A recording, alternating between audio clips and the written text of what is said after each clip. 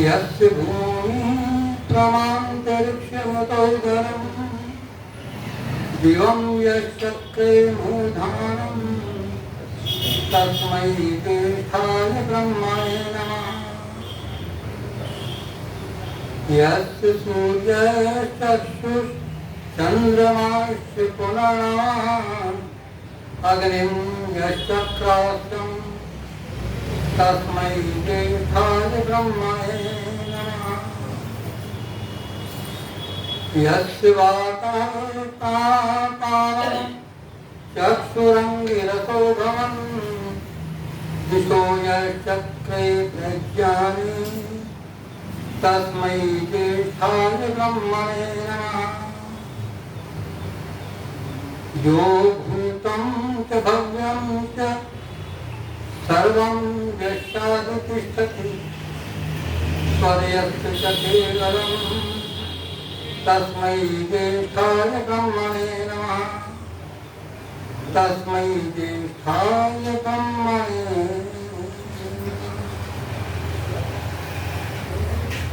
समादरणीय सन्यासी विजय स्वामी जी महाराज, वानप्रस्थ मुनि श्री आदरणीय आनंद मनीषी जी, आदिरथ के उपविद्वान आचार्य विश्वजी शास्त्री, डॉक्टर सत्यकाम जी, अन्य सभी विद्वजन, सभी उपस्थित महानुभाव एवं वंदनीय मातृशक्ति, बड़ा सुंदर प्रवचन अभी हम सुन रहे थे और कई विषयों को विद्वान वक्ता ने समाहित किया अपने प्रवचन में। मुझे भी काफी कुछ नई बातें मिली, उस ज्ञान प्राप्ति के लिए हमको धन्यवाद देता हूँ। बस एक बात का स्पष्टीकरण करूंगा, शुद्धिकरण नहीं है, वो स्पष्टीकरण। आपने एक बार बताया है, बीच में बात आई प्रकरण से, डॉक्टर साहब ने कहा था कि महर्षि दयानंद सरस्वती ने जीवन में केवल एक बार झूठ बोला था और बिल्कुल नहीं बोला। उसका स्पष्ट कोई गलतफहमी में किसी को हो जाए तो वो मैं स्पष्टीकरण देना चाहता हूँ। जिस समय वो झूठ बोला था उस समय वो दयानंद सरस्वती नहीं थे, उस समय वो मूल शंकर थे। मूल शंकर ने तो अनेक गलतियां की थी, व्रत रखा था, मूल पूजा करने गए थे, विश्वास कर दिया था कि शंकर आ जाएगा, बहुत सी बातें थी। ये जब से वो दयानंद सरस्वती बने तब से उनके धवल वस्त्र पर एक छोटा सा भी बिंदु नहीं रखा। आज विशेष जो कार्यक्रम हो रहा है वो आदरणीय मनीषी जी के जन्मदिन पर है। कुछ समय तो बताएंगे।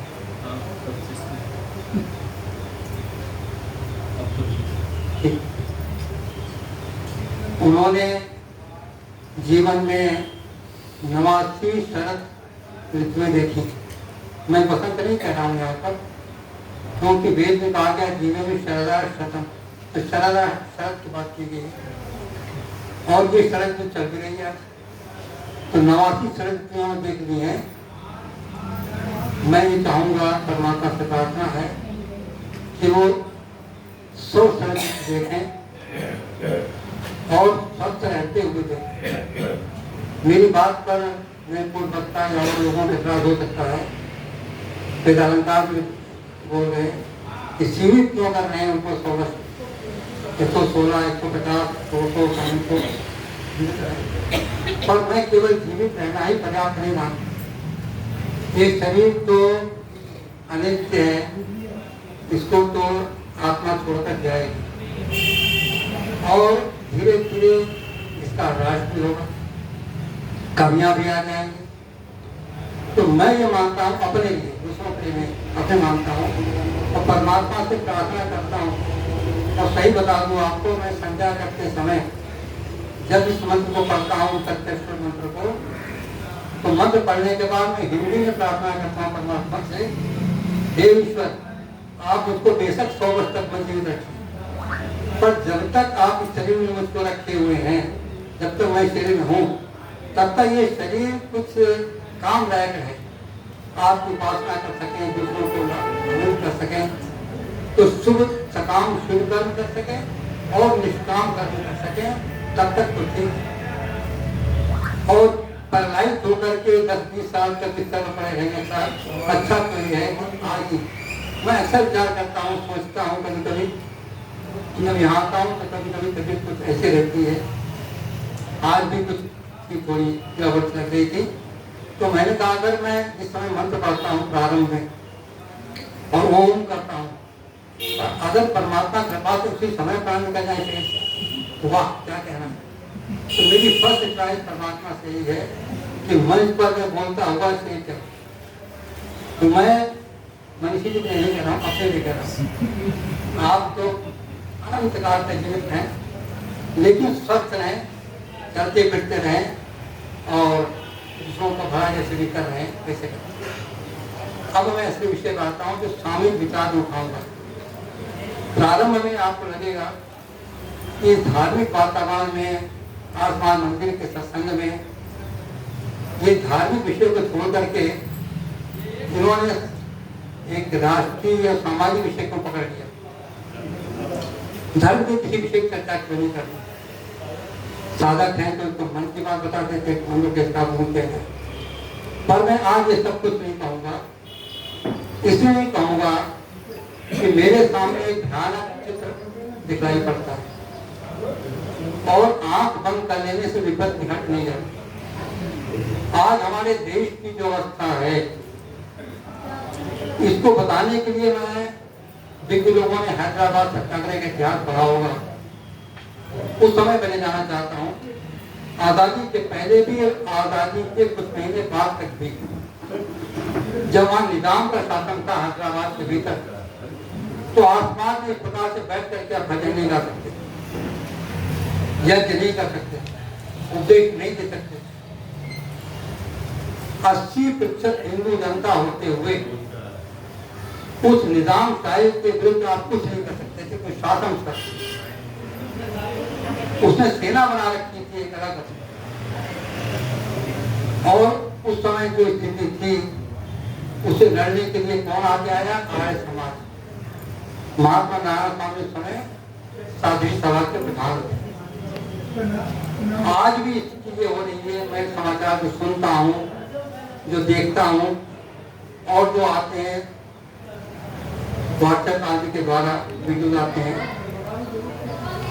कि यहाँ पर बताते हैं 75% आबादी हिंदुओं की है भारत, और 75% होने के बावजूद प्रत्येक हिंदू डरा हुआ। एक ने किसी ने कुछ मोहम्मद के बारे में सच्ची बात कह दी तो छिपी छिपी हुई रहती है, कब उसका कदर कर दिया जाए। एक दो लोगों ने कुछ और कह दिया, उसका समर्थन कर दिया, वो भयभीत है, डरे हुए। कोई एक व्यक्ति शब्द निकालता है मुंह से और तुरंत धमकी आ जाती है। अर्थात क्या 75% लोग उन 20% लोगों के सामने अक्षम है, शक्तिहीन है। वो खुलेआम चैलेंज करते हैं कि अगर हिम्मत हो तो 15 मिनट के लिए अपनी पुलिस को हटा लो, सेना को हटा लो, और हम बता देंगे बहुसंख्यक कौन है। और ये सही बात है। जब भी कोई घटना होती है किसी गांव में, किसी नगर के किसी मोहल्ले में, किसी कॉलोनी में, कभी जब क्लैश होता है तो 75% जो जनसंख्या है बहुसंख्यक कहलाने वाली, वो भाग के पुलिस के पास आती है और आशा करती है कि मुख्यमंत्री की या प्रधानमंत्री की या और सरकारी मशीनरी वो हमें बचाएगी। तो वाई प्लस और जेड प्लस और प्लस प्लस की सुरक्षा दी जाती है उसको, पर वो सुरक्षा नहीं मांगते। वो कहते हमें कोई सुरक्षा नहीं, उन्हें कोई डर नहीं। आप हिंदू घरों की लड़की को उठा ले जाएंगे अगर वो, तो आप जाएंगे पुलिस के पास। और मुस्लिम घर की लड़की को लेकर उठा रहा है तो हिंदू नौजवान, भले उसकी इच्छा से कर रहा है, तो पुलिस के पास नहीं जाए, वो काट के रख देंगे उस व्यक्ति को, उसके घर वालों। ये जो दशा चल रही है, ये जो बहुसंख्यक कहलाने वाली जाति में जो भय समाया हुआ है, तो समाया हुआ है। हम वेद मंत्र पढ़ते हैं, अभयम मित्राद अभयम अमित्राद अभयम ज्ञाता धर्म का उत्साह। हम जानने वालों से भी अभय हो, न जानने वालों से भी अभय हो, सब अभय हो। कौन अभय है? आप अभय हैं या बैठे हुए लोग वास्तव में अभय हैं? क्या कहीं सार्वजनिक मंच पर जाकर के आप खुलेआम आलोचना कर सकते हैं? सच्ची आलोचना कर सकते हैं? पहले तो कर लेते थे, आसमान के प्रारंभिक दिनों में तो खुलकर करते थे, पंडित लेखराम भी करते थे, वो लोग भी करते हैं। तो ये जो दशा आपकी है, हमारी है, ये क्यों है? इस पर चिंतन हम नहीं करेंगे तो हमारा ये मंदिरों में घंटे कब तक बजेंगे? इस दुर्गा की मूर्तियां कब तक रखी जा सकेंगी? ये गणेश की पूजा कब तक होती रह पाएगी? आसमान मंदिर के भीतर कब तक हम माइक पर बोलते रहेंगे? कब तक बोलने दिया जाएगा हम लोगों को? ये चिंतन ही है। मैंने बहुत चिंतन किया इसके ऊपर, और जो मैंने चिंतन किया वो सामने रखता हूँ। अब आप विचार कर लीजिएगा कि आपका चिंतन मेरे चिंतन से मेल खाता है या कोई और कारण। बस एकमात्र कारण है इस भय का, जो बहुसंख्यक अल्पसंख्यक से भी भय दूसरे बने हुए हैं, वो है संगठन का अभाव। एक छोटा सा दृष्टांत देता हूं समझाने के लिए। एक वृद्ध जब मरने लगा तो उसने अपने चारों बेटों को बुलाया और 4 बांस की लाठियां मंगा दी और चारों से कहा कि उसको बांध दो, रस्सी से बांध देगा। अब बारी बारी से कहा कि सबसे जो छोटा था कहा इसको तो ताकत लगाई नहीं टूटा। हर एक से बारी बारी से कहता गया और वो कोई नहीं तोड़ पाए। उस वृद्धिता ने वो रस्सी खुलवा दिया और चारों को एक एक दे दी छड़ी, कहा तोड़ो, तोड़ दिया। कहा इससे क्या निष्कर्ष निकलता है? जब तुम चारों भाई एक साथ रहोगे, एकता में रहोगे, एक पर आए हुए कष्ट को, परेशानी को अपना कष्ट समझोगे, तो तुम्हें कोई नहीं कुछ कर सकता, कोई तुम्हें पराजित नहीं कर सकता। किंतु यदि तुम अलग अलग रहोगे, एक दूसरे का विरोध करते रहोगे,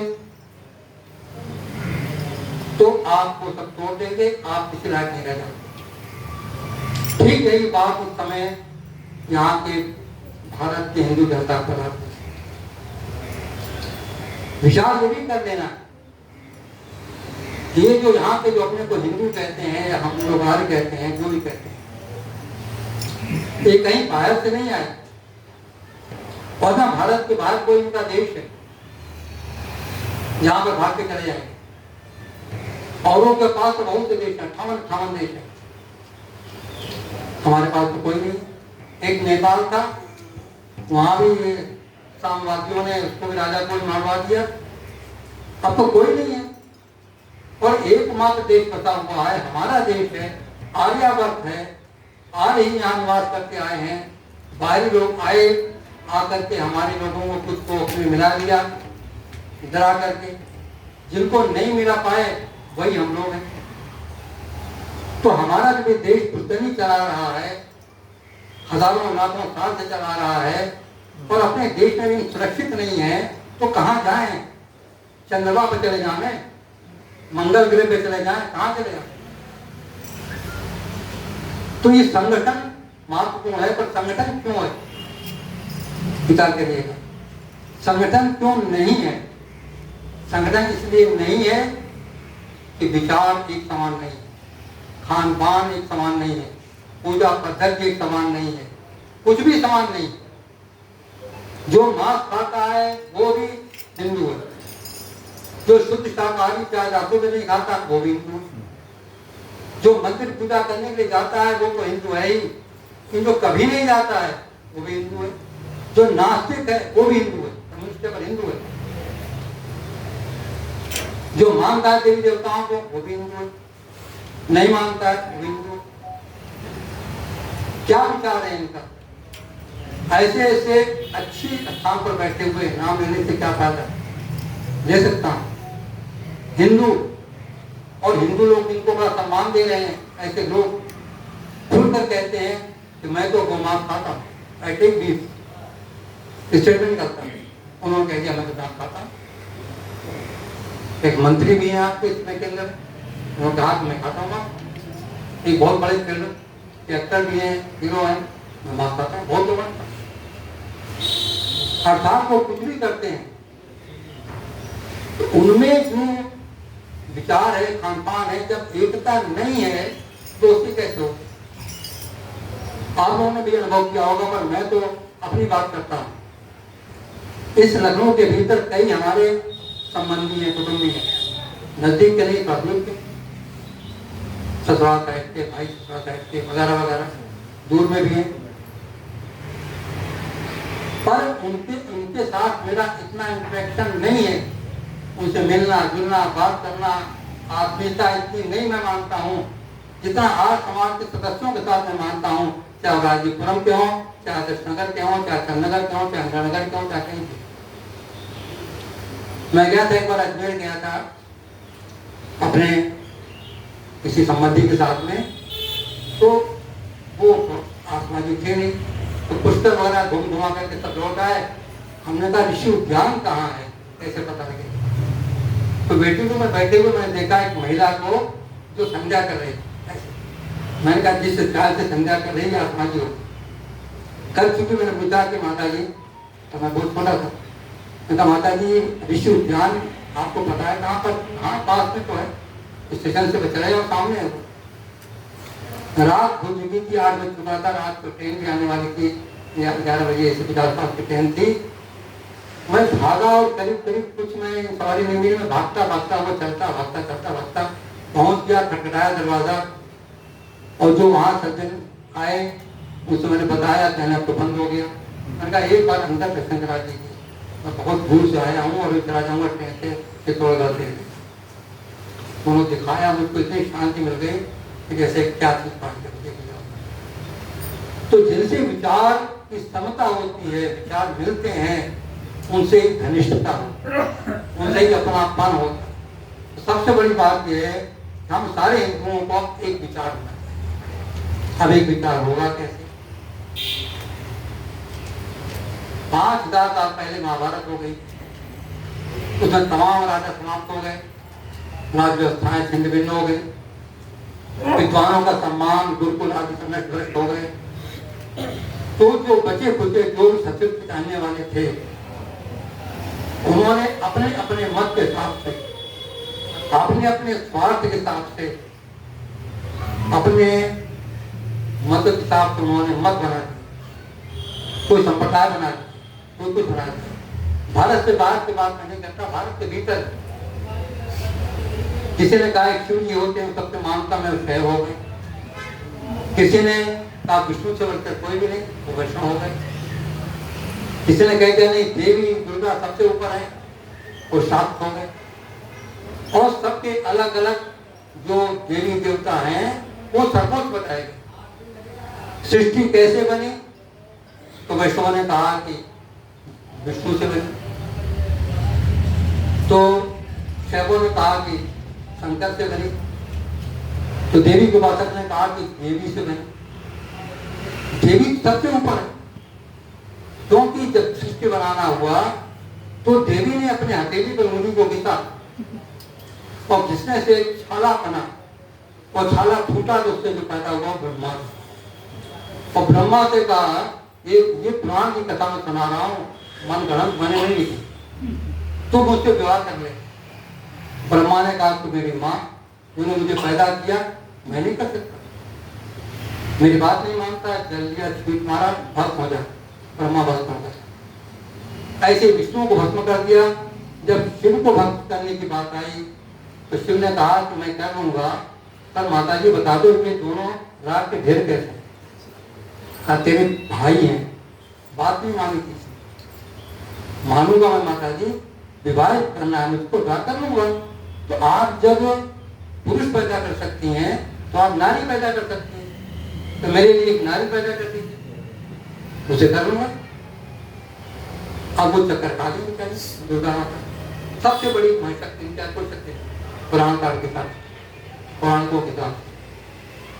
तो पैदा कर दी, उससे उन्होंने शादी कर दी, इसमें एक कर दी, मुझसे कर दी, और बाद में उनके आदेश से सृष्टि बनी।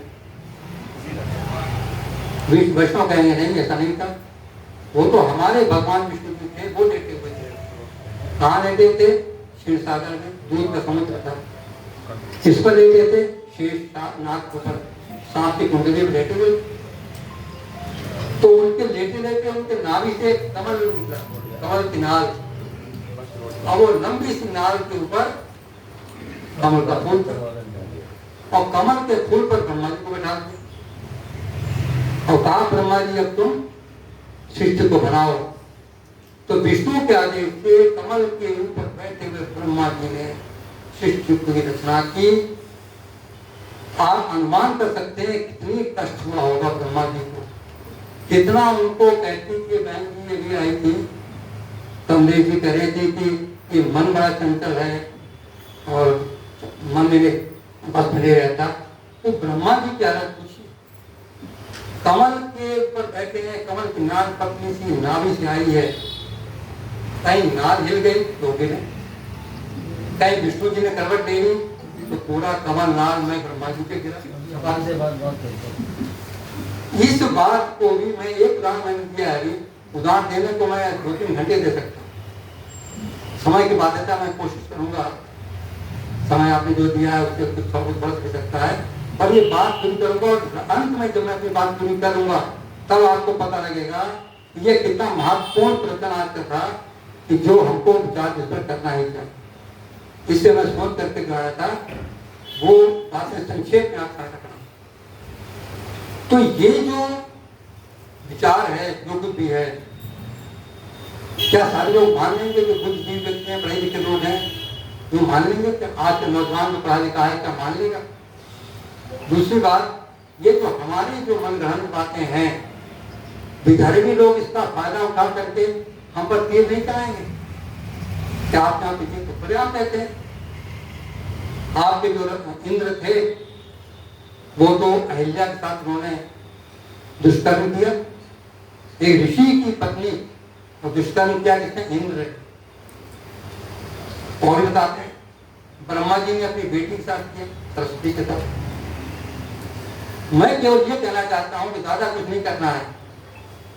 हिंदुओं जो कुछ मानते हो सब मानते, लेकिन बुद्धि का प्रयोग कर लो बस, ओके बात।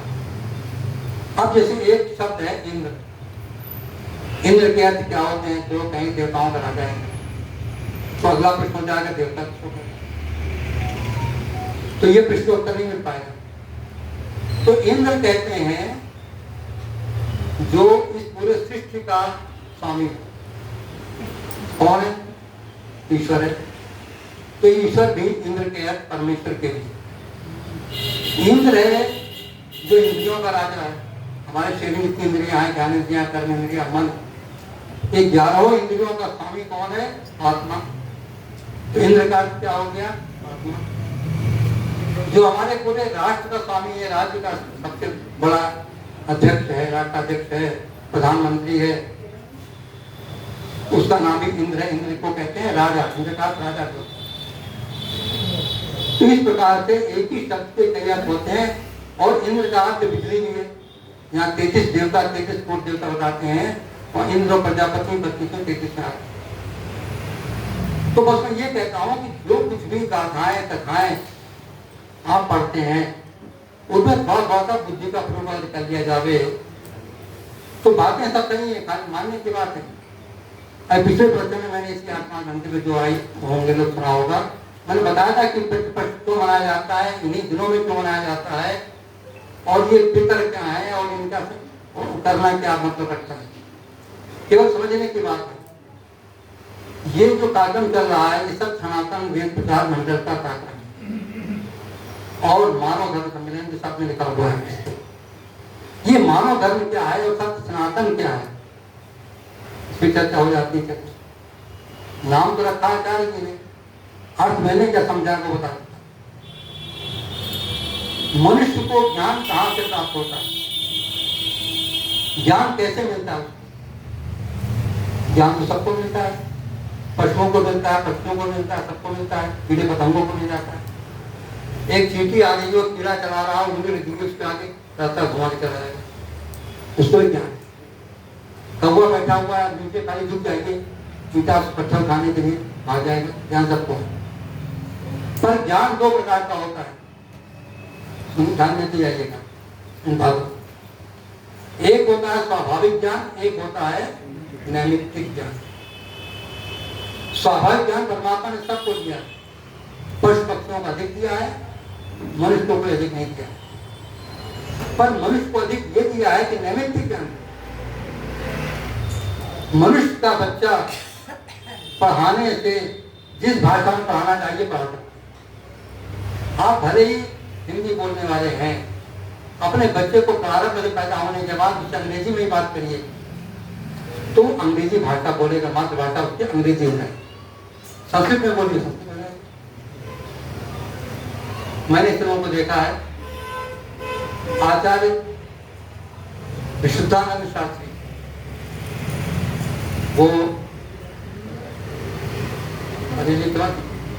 बधाई मैं उनके घर गया हूँ, वो बचपन से बच्चों के साथ संस्कृत भाषा में बातचीत किया।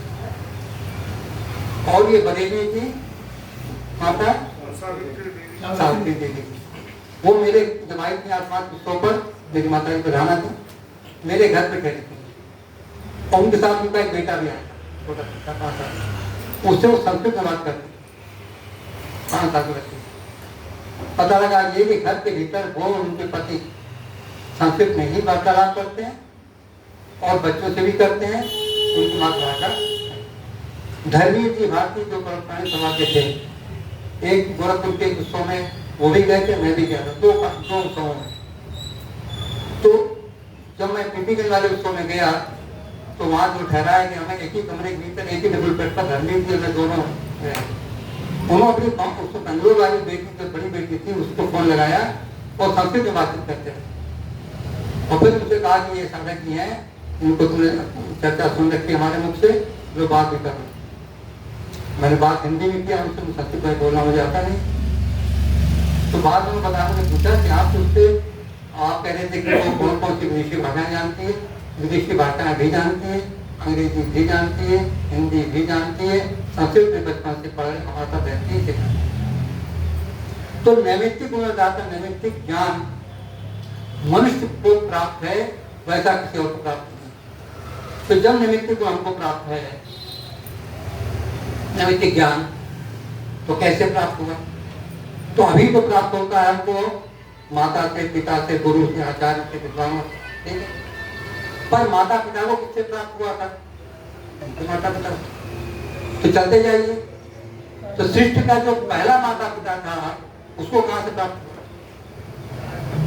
कोई कहेगा कि हमको गुरु से मिला था, ब्रह्मचारी बैठे हुए नहीं, हमको तो गुरु जी से मिला है ना। आप अरविंद मिश्रा है क्या? अनुराग मिश्रा, ये अनुराग मेरे बेटे। अंदाज लगाया मैंने कि आपके अनुराग शास्त्री होंगे। तो आपको मेरा आचार्य को उनके गुरु जी से, तो एक पूर्व सामंत गुरु काले नाना अच्छे लाभ, परमात्मा गुरुओं का गुरु आज गुरु है। तो प्रकृति में, सृष्टि में जब पहले पहले प्राणी पैदा हुए, उसमें मनुष्य पैदा हुआ, तो स्त्री या पुरुष मनुष्यों का बताने वाला, ज्ञान देने वाला परमात्मा था कि नहीं था? तो परमात्मा ने कैसे ज्ञान दिया? वेदों के माध्यम से ज्ञान दिया। 40 को दिया, आगे वालों को दिया, आगे वालों को दिया। तो परमात्मा सत्य है, परमात्मा सनातन है। तो परमात्मा जो सत्य भी है, सनातन भी है, सदा रहने वाला है, उसका जो ज्ञान है वो वेदों में समाहित है। तो वेद में जो बातें कही गई हैं वो परमात्मा की कही गई हुई है, इससे वो सत्य है, इससे वो स्वतः प्रमाण है। और परमात्मा के ज्ञान को पढ़ करके, जान करके, सुन करके, चिंतन मनन करके जो विद्वान लोगों ने शास्त्र बनाए, उपनिषद बनाए, ब्राह्मण ग्रंथ बनाए, स्मृतियां बनाई और जो 8 ग्रंथ बनाए, वो सारे के सारे कर्ता प्रमाण कहलाते हैं। जहां तक वो वेदों के अनुकूल उनमें सिद्धांत लिखे हुए हैं वो सत्य है, और वेद के अनुकूल नहीं है वो असत्य है। यही एक कसौटी है महर्षि ने जो बताती है हमको, जिसकी वजह से पता न पाया कहां कहां प्रक्षेप किया गया, कहां कहां मिलावट की गई। वो महाभारत का आदि ग्रंथ व्यास ने लिखा था 6000 श्लोकों का, और आज 1 लाख से अधिक श्लोक उसके भीतर हैं। बाकी कहां से आ गए? बाकी प्रक्षिप्त हो, वेदों में प्रक्षिप्त हो नहीं सकते। वेदों में प्रक्षेप करने की किसी की हिम्मत नहीं है, शक्ति नहीं है, क्योंकि उसके जो मंत्र है उसका एक एक शब्द, एक एक वर्ण उसका और उसका क्रम हर चीज निश्चित है। 8 प्रकार के पाठ होते हैं जिसके द्वारा किया जाता है वेद मंत्रों का पाठ। उसका जरा कोई एक शब्द लिखते हुए दूसरा पर्यायवाची शब्द रख देगा, पकड़ में आ जाए। तो वेदों में तो कोई प्रक्षेप नहीं हुआ। वेदों का केवल लोगों ने जो अर्थ किया समझ नहीं पाए, इसे गलत अर्थ कर दिया। मैथुलर ने, होवर्ट ने, तान ने, महिधर ने, इन लोगों ने। लेकिन बाकी जो धर्म ग्रंथ हैं वो या तो प्रक्षेप किए गए, या तो मिलावट कर दी गई, और या अपनी मर्जी से लिख करके नाम कह दिया गया व्यास जी ने लिखा। अब जो 18 पुराण जो हैं, लोग कहते हैं वेद पुराण, वेद पुराण, वेद पुराण। ऐसा लगता है जैसे कि आनंद मनुष्य जी को उठाकर किसी कीचड़ में सने हुए आदमी के साथ बैठा दिया जाए, वही लग रहा है। कहाँ वेद, कहाँ पुराण। वेद ईश्वरी ज्ञान, पुराण में गंदगी भरी पड़ी है तमाम से। कोई कुछ पुराण तो ऐसे हैं, कोई भी व्यक्ति या महिला अपने बच्चों के सामने उसको नहीं पढ़ सकती। मैं कई बार प्रैक्टिकली मैंने देखा, नहीं पढ़। तो ये चीजों को अगर आप कुछ छनाई कर दे, कह दे हम वेदानुकूल, ये कुछ चीजें ऐसी हैं जो आसमानी मानता है, वेद और हिंदू मानता है, सब मानते हैं। जैसे ईश्वर सबसे ऊपर एक भगवान, क्या उसको ईश्वर को, परमात्मा को, क्या ऊपर वाला कह दो। अब ऊपर वाला खूब चला है, इसलिए कि 7वां आसमान भी ऊपर, 4था आसमान भी ऊपर, स्वर्ग भी ऊपर, देवलोक भी ऊपर, ब्रह्मा कुमारियों का ब्रह्मा भी ऊपर, सारे तो ऊपर ही ऊपर। मैं गया था सोमनाथ मंदिर घूमने के लिए, वहां पर एक आसमान के टंकारा से मेरे साथ वापस आए। हरियाणा के थे, तगड़े जाट जोरदार, तांगे पर वही बैठे, मैं बैठा है, 2 लोग और बैठे।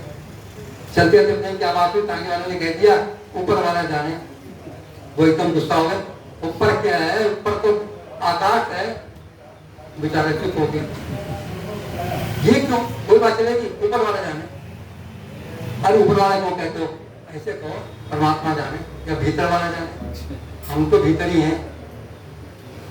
तो ये जो अलग अलग मत मतांतर फैले, उन मत मतांतरों ने अपने स्वार्थवश, अपने अज्ञानतावश, अविद्यावश जो मत चला दिए, उसमें स्वार्थ भी होता है। और उसमें यह कर दिया कि बस जो उसमें लिख दिया मैंने वही धर्म है, इसका और कोई धर्म है ही नहीं, और इस पर आप तर्क नहीं कर सकते, प्रश्न नहीं कर सकते। अरे भाई धर्म क्या कोई अज्ञानियों की चीज है? धर्म कहते हैं उसको जिसको धारण किया जा सके। धारण आप क्या करेंगे, जो सत्य है उसको धारण करेंगे, असत्य को धारण करेंगे। और परमात्मा कहीं बात सत्य है कि भूमियों कहीं बात सत्य है। तो ईश्वर एक है, सब मानते हैं। ईश्वर सर्वव्यापक, ये भी सब मानते हैं। मंदिरों में भगवान की मूर्ति पर कुछ चढ़ाने वाले मानते हैं, सब भगवान सब जगह रहता है, मानते हैं। उसका नाम ओम है, सब मानते हैं।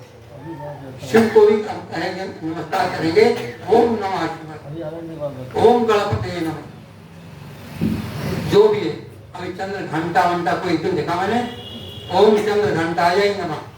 वो दुर्गा के कोई किसी दिन चंद्र घंटा नाम होता है, मैंने कहा पता नहीं क्या घंटा कौन सा घंटा है, चंद्र घंटाय नमः। तो ओम सब जगह, यहाँ तक कि जो साईं महाराज हैं, जो मुसलमान, वो उनके भक्त लोग कहते हैं ओम साईं नमः, उसमें ओम लगा। तो ओम परमात्मा का नाम है, सब मानते हैं, एक है, सब मानते हैं। सृष्टि का बनाने वाला सब मानते हैं, सृष्टि का नष्ट करने वाला सब मानते हैं, कर्मों का फल देने वाला सब मानते हैं। जो देवताओं की पूजा करते हैं, चाहे शिव की, चाहे गणेश की, चाहे पार्वती, चाहे किसी की, वो उनको ईश्वर नहीं कहते, उनको या तो भगवान कहते हैं या देवता कहते हैं। तो भगवान की क्या बुराई है भाई? तो भग माने होता है ईश्वर, भग माने होता है यज्ञ, भग माने होता है तप, स्वाध्याय, वैराग्य, इन सबको भग भी भग कहते हैं। तो भगवान तो आप कह सकते हैं, महेश ज्ञान शक्ति भगवान थे, राम भी भगवान थे, कृष्ण भगवान थे, जो महापुरुष थे जिनमें भी ऐश्वर्य परम ऐश्वर्य है वो तो भगवान थे। पर सृष्टि का रचयिता परमेश्वर नहीं थे, ब्रह्म नहीं थे। तो उनका ब्रह्म भी हो सकता है, ब्रह्म के भी तीन अर्थ होते हैं। ईश्वर को भी ब्रह्म कहते हैं, वेद को भी ब्रह्म कहते हैं, वीर को भी ब्रह्म कहते हैं। इसलिए ब्रह्मचारी का, ब्रह्मचारी लोग यहाँ ब्रह्मचारी का क्या होता है? ब्रह्मचारी का क्या होता है कि वेदों का स्वाध्याय करके उस पर आचरण करते हुए, अपने वीर को संरक्षित रखते हुए परमात्मा की उपासना करने का नाम ब्रह्मचर्य, ब्रह्मचर्य है। तो समझना ये है हमको कि हम एकता ला सकते हैं। अब ये एकता कौन लाएगा करके ये कुछ शब्दों में बात समाप्त करूंगा। ये बड़ा इंपॉर्टेंट है चैप्टर जो मैं कहने जा रहा हूँ। मैंने बहुत सी बातें छोड़ दी हैं समय को देखते हुए, किंतु ये एकता लाएगा कौन हिंदुओं में, आएगी। तो जिसके पास छोटा संगठन है वो उसको बढ़ा सकता है, जिसके पास संगठन नहीं राजनीतिक पार्टियां हैं। अब बीजेपी एक समय में बहुत छोटा पार्टी थी, 2 MP हुआ करते थे पार्लियामेंट में, आज 303 MP उनके हो गए। तो छोटे को तो बढ़ाया जा सकता है, तो है ही नहीं वो क्या करते। अब हिंदुओं के भीतर एक ही घर के भीतर प्रातःकाल होने पे एक आदमी तो सूर्योदय होते होते नहा करके और सूरज को चढ़ा देता है, दूसरा जो है फूल लेकर के नहा करे फूल लेकर के जाके शिव चढ़ाने जाता है, तीसरा जो है वो नौजवान हनुमान जी का भक्त है वहाँ उनको बजाता है, चौथा सोता रहता है, कुछ नहीं करता है। जब इकट्ठा जब पूजा पाठ करने में जाते हैं अलग अलग मंदिरों में जाके अपने हिसाब से गए, फूल चढ़ाया चले आए, घंटी बजाया चले आए। कोई ऐसा समूह नहीं, कोई संगठन ऐसा नहीं इसे बैठ करके 1 घंटे 2 घंटे बात करें। मैं हरिद्वार में 8 साल तक लगातार रहा हूँ आश्रम में, और मैंने वहाँ पे 2 कुंभ में मतलब देखे हैं, 2 कुंभ और कुंभ जो मैं देखे। उस कुंभ में बड़े बड़े विद्वान आते हैं, वो धर्माचार्य आते हैं, सब कुछ होता है, तो जाते हैं उनसे मिलते जुलते हैं, पर बैठ करके कभी ये विचार नहीं करते ये जो ईसाइयों का जो चला रहा है धर्म परिवर्तन, जो इस्लाम का इस्लामीकरण चलता जा रहा है, इसे हम कैसे लड़ सकते हैं, कैसे सामना कर सकते हैं। इनके पास ऐसे ऐसे महंत लोग हैं, बिल्कुल कपड़े न पहनने वाले नागा, एकदम खुलेआम। उनके भी हजारों सेवक हैं, उनके शरीर से बहता हुआ जो पानी आता है नीचे, तो पैर नीचे टपकने के बाद खुल भी पीते। मैंने देखा पीते घोड़े बैठ कर नागा चले आ रहे हैं, मालाएं पहने हुए और पानी को उस पर डाल रहे हैं, नीचे चिल्लू करके पी रहे हैं। वो धुनी रवाए हुए हैं अपना बैठे को एक मीटर और चिलम को पा रहे हैं गणान करके, मतलब ही ऐसे ऐसे धर्माचार उसमें पढ़े लिखे हैं, विद्वान भी हैं, सभी कुछ हैं। अलग अलग उनके अखाड़े हैं, अखाड़े कराते हैं नागाओं को, वो सब कुछ है, लेकिन बैठ कर कभी चिंतन नहीं करते। तो कैसे भी संगठन बनेगा? तो एक संगठन केवल है, इसका नाम है आर्य समाज। भले ही आप कहें कि आर्य समाज के भीतर उपस्थिति कम हो रही है, पर कुछ हो तो रही है। संडे के दिन आप भारत के किसी भी अच्छे शहर में चले जाइए, वहाँ आर्य समाज मंदिर मिल जाए, और वहाँ पर रविवार के दिन प्रातःकाल 1 घंटे 2 घंटे ये धवन उपदेश पुस्तकों का अध्ययन कुछ न कुछ होता मिलेगा। कार्यक्रम भी साथ होते हैं, वार्षिकोत्सव भी होते हैं, विशेष सम्मेलन भी होते हैं। तो क्यों ना हम अपने आसपास का ऐसा विस्तार करें कि इसमें लोगों की संख्या बढ़ती जाए, संगठन बड़ा हो जाए।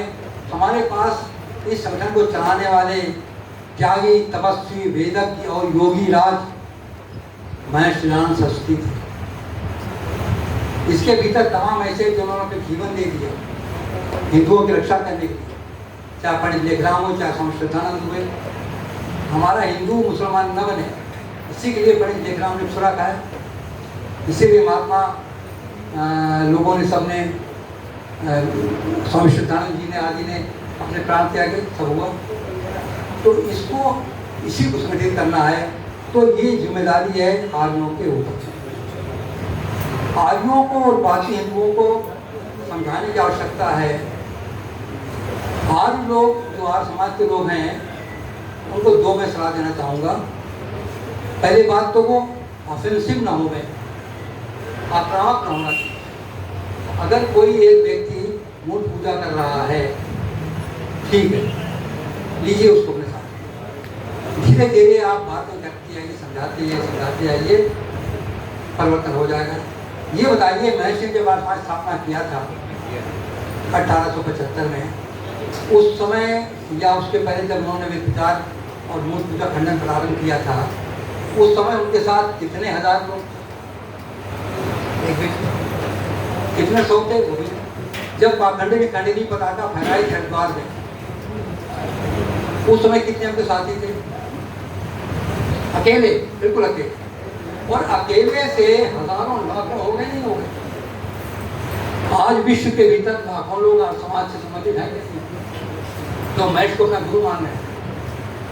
यदि महर्षि बिना किसी सहायता के कहीं चले गए, डंडा गाड़ दिया, न वहाँ बिजली की व्यवस्था की माइक लगा हो, न पंखे की व्यवस्था, न कोई मंच बनाने वाला, कुछ नहीं करने वाला, पत्थर फेंकने वाले थे। लोग आते थे, सांप फेंक देता था, कोई पत्थर फेंक देता था, ये करते थे, कोई तलवार लगा चढ़ा देता था। उसके बाद भी लाखों हो गए, हजारों तो आसमाजियाँ बन गई।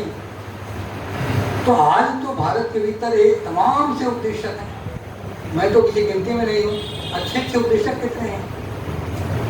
फिर भी क्यों नहीं वो हमारा प्रभाव, क्यों नहीं पंडित लेखराम बन रहे हैं लोग, क्यों नहीं स्वामी श्रद्धानंद बन रहे हैं?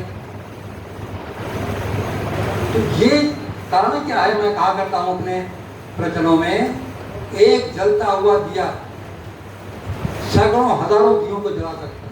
ध्यान दीजिएगा, जलता हुआ एक दिया सैकड़ों हजारों दियों को जला सकता है, और बुझे हुए 100 दिए भी एक दिए को नहीं जला सकते।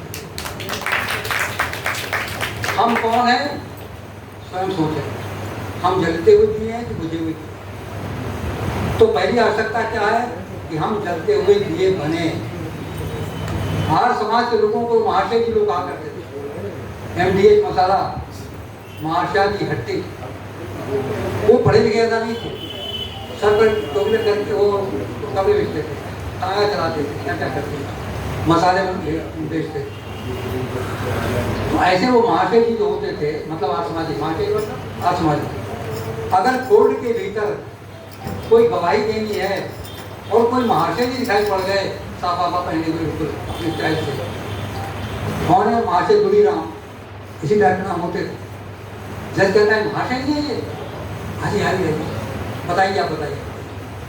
महाशय ने बता दिया क्या क्या आवश्यकता हुई, तब बस अब किसी और गवाही की जरूरत नहीं। महाशय जी ने जो कहा है झूठ नहीं हो सकता, क्योंकि महाशय जी समाज जी झूठ बोल नहीं सकते।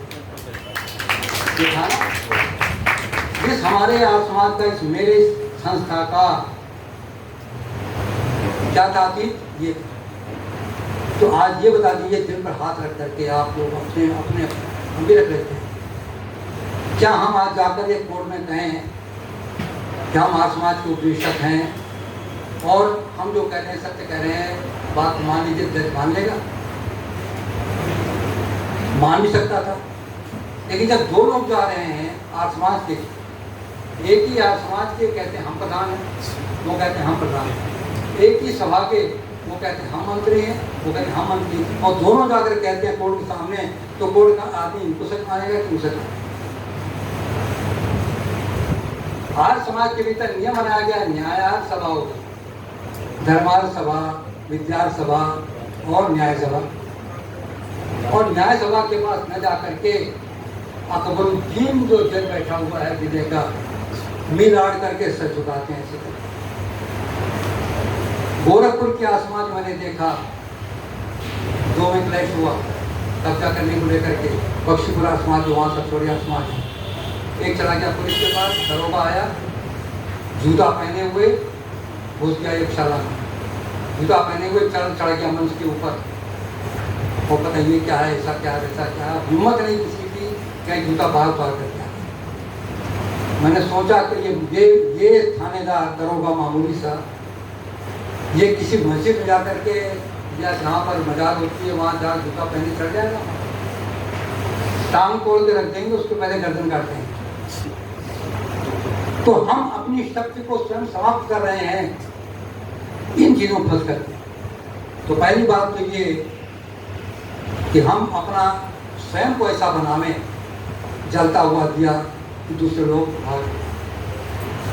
और दूसरी बात ये कि बाकी हिंदुओं को भी हम समझावें, भाई ऐसा है, भले ही पूजा आप करते हो, भले ही हमारे पूजा पद्धति में कुछ अंतर है, भगवान राम को आप भी मानते हो, मैं भी मानता हूँ, आप उनको ईश्वर मानते हो, मैं उनको महापुरुष मानता हूँ, बुरा नहीं मानता हूँ।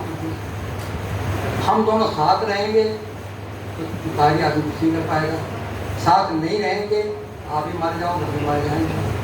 जब 47 में पाकिस्तान बना तो मारने वालों ने ये नहीं देखा कि आसमाजी है कि पुराने है कि वैष्णव है कि शाक्त है कि शहर है, क्या नहीं देखा। अलग अलग पार्टियों में बटे हुए लोग जो हैं वो भी समझ लें कि देखता हूँ टीवी में मुझका चंबा होता है, दुख होता है। और नाम क्या लगा हुआ तिवारी, और कह रहे हैं कि जो ये इस पर बैन लगाया गया है, इसको बैन लगाया गया हाँ P5 बैन लगाया गया है, मुसलमानों को देने के लिए, परेशान करने के लिए, मुसलमानों को गलत करने के लिए लगाया गया है। कह रहा है कौन? तिवारी। कौन कह रहा है? शुक्ला। कौन कह रहा है? श्रीवास्तव। विवेक श्रीवास्तव भी आता है। तात्पर्य कहने का ये जो मतभेद हैं, अंतर हैं, ये जाति पाति के हैं, तो विचार भिन्नता के हैं, कुछ स्वार्थवश हैं, ये बिना मतलब के उड़ा दी गई हवा जातवाद है। हिंदुओं में जो ब्राह्मण धर्म है वो जात पात मानता है, ब्राह्मण को ऊंचा मानता है और शुद्ध ऊंचा मानता है। ये जात प्रथा तो कहीं है ही नहीं। वेदों में कहा गया ब्राह्मण सुमुखवासी बाहुरा जन्ना करता पुरुष सदस्य वैश्याम पद्याम शूद्रो जायेगा। ये 4 महीने कर्म के हिसाब से, और यही बात गीता में भी कहा, कृष्ण की तरफ से कहवा दिया गया चातुर्वर्ण्यम न्याय सिस्टम, क्या कर्म वहाँ से ये जो है कर्मानुसार ये विभाजन है। तो जो आदमी जिस चीज़ का एक्सपर्ट होगा उसको उस काम में लगाया जाए। जैसे यज्ञ करवाना है कहीं बुला करके, यज्ञ करवाने के लिए आप आचार्य जी को ले जाओगे बुला करके, या डॉक्टर जी बुला ले जाओगे, रंजन सिंह जी प्रधान जी को बुला कर ले जाओगे। जो कोई नाली साफ कर रहा है उसको नहीं बुला कर ले जाओगे। तो जो नाली साफ कर रहा है पढ़ा लिखा नहीं, वही तो शुद्ध है। वही अगर पढ़ लिख जाएगा वो बैठ करके राष्ट्रपति बन जाएगा तो ब्राह्मण हो गया, राष्ट्रपति बन गया ब्राह्मण हो जाएगा। इसलिए ब्राह्मण कौन है? जिसे विद्वता है, जिसके ज्ञान है, वो जाति को लेकर के कोई भेदभाव ना करें। इसलिए कि आप इसके बेटे इससे कोई मतलब नहीं है, आप स्वयं क्या हैं इससे मतलब। यदि कोई व्यक्ति विद्वान है, अध्यापक है, प्रचारक है, उपदेशक है, कुछ भी है, कोई ब्राह्मण है, उसके अगर 4 बेटे हैं, एक बेटा मिलिट्री में चला गया तो क्षत्रिय है, एक बेटे ने व्यापार कर लिया तो वैश्य है, एक बेटा कुछ नहीं कर पाया, ईंटें ढो रहा है, खाली सड़क बना रहा है, वो शूद्र है। कोई बुरी बात नहीं। जो ब्राह्मण कर सकता है वो शूद्र नहीं कर सकता, नहीं कर सकता। जो शूद्र कर सकता है वो ब्राह्मण भी नहीं कर सकता। शूद्र ईंटें उठा कर ये गर्मी के दिनों में सीधी चढ़ता हुआ मकान बनवाता है, ब्राह्मण ये नहीं कर रहा है। वो तो बेचारे आराम वाले आदमी है, हमसे कह दिया हम तो गिर जाएंगे, पहली बार सीढ़ी नहीं गिर पाएंगे। अगर कोई ब्राह्मण है वो क्षत्रिय का काम नहीं कर सकता है, लड़ाई में भेज दो, लड़ाई कर पाएंगे पाकिस्तान के साथ? नहीं कर पाएंगे। तो जो जैसा कर्म करता है उसका रूप, उसको वर्ण कहलाता है। वर्ण कहते हैं वर्ण से, वर्ण माने चुनना। कौन किसको चुनता है? परमात्मा भी परम वर्णीय है, तत्सवितुर वरेण्यम, उसके वर्णीय वर्ग स्वरूप का हम ध्यान करते हैं। तो वर्ण जो किया जाता है, जाति नहीं, जाति तो समान प्रसवा जाति, जो पैदा होने पर एक जैसे दिखाई पड़े वो एक जाति के। किसी बच्चों के जहाँ बच्चे से छोटे का अस्पताल होता है वहाँ जाकर देखिए बच्चे लाइन से एक एक पालने में लगे हुए, बदल दिए जाते हैं बच्चे। एक पंडित जी का बच्चा है और एक मुसलमान का बच्चा है, बदल जाता है, क्योंकि बच्चों में कुछ संकेत ही नहीं है कि ब्राह्मण का है बेटा है, क्षत्रिय, क्या कुछ नहीं पता है। आगे चल करके कौन क्या बनता है, विद्वान पुरोहित बन गया तो वो ब्राह्मण है। इसका पहले कौन निर्णय करता था, गुरुकुल का आचार्य निर्णय करता था, चलते समय सर्टिफिकेट देता था कि ये ब्राह्मण हो गए, ये क्षत्रिय हो गए, ये व्यापार में इसकी रुचि है, व्यापारी हो गए। और ये नहीं पढ़ पाया बेचारा कोशिश करके, इसलिए श्रम करेगा, श्रम से पसीना बहाएगा, वो कार्य होगा, कोई बात नहीं चलिए, वो भी जरूरी है। तो चारों चीज़ें जरूरी हैं, ये सर भी जरूरी है। सर से ब्राह्मण की तुलना क्यों की गई? पांचों ज्ञानेंद्रियां का केंद्र, पांचों कर्मेंद्रियों का केंद्र, बुद्धि का केंद्र, सब इतने हिस्से में है। तो ये कहलाता है शरीर का ब्राह्मण भाग। लड़ाई झगड़ा करना हो तो ये काम आते हैं। ये क्या है? क्षत्रिय। खाना पीना पचाया वचाया, उसका खून बना करके पहुँचा दिया, ये सारा काम चीज से होता है। तो ये क्या है? वैश्य। और परिश्रम करने पूरे शरीर का बोझ लिए हुए हैं। कोई आ रहा है मारने को भाग खड़े होते हैं और न दौड़ा देते हैं किसी को।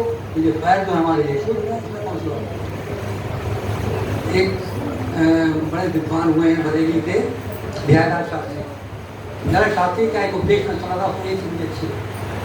लोग कहते हैं ब्राह्मण कहते हैं शुद्ध है, शुद्ध है, शुद्ध है, शुद्ध है, शुद्ध है। लेकिन कहानी ये है कि जब विष्णु जी ने वो बलि के जब वो हो रहा था तो उसमें जो जल निकला पैर धोया हुआ इसका विष्णु जी का, और उससे वो धारावाही को गंगा कहलाई, और गंगा जो है गंगा मैया कहलाती है। और उसी पैर से पद्भ्याम सूत्र हो जाए, पैर से निकलते सूत्र, तो पैर से शूद्र निकले और पैर से गंगा भी निकली। तो कौन हो गए दोनों आपस में? भाई बहन। तो भाई बहन हो गए, तो फिर शूद्र जो है वो तो हमारे मामा हो गए, कि गंगा मैया है, तो मैया का भाई क्या हो गया? तो ये जो जातिगत भेदभाव हैं इनको सबको समाप्त हो जाना चाहिए और समझाना चाहिए। और दूसरी बात, आज समाज को अधिक से अधिक लोगों को अपने पास लाना चाहिए। अतिवादी आक्रामक शैली अपना करके नहीं, हमारे कार्यक्रम बड़े बड़े जो हाथ हो रहे हैं उनको खुले में करना चाहिए। या आवश्यकता इस बात की है वर्तमान की, हमारे अस्तित्व की, हमारी एग्जिस्टेंस की। बोलते बोलते मैंने ध्यान नहीं दिया, घड़ी पर कितने बजे किया था, आधी समय हो गया होगा और सारी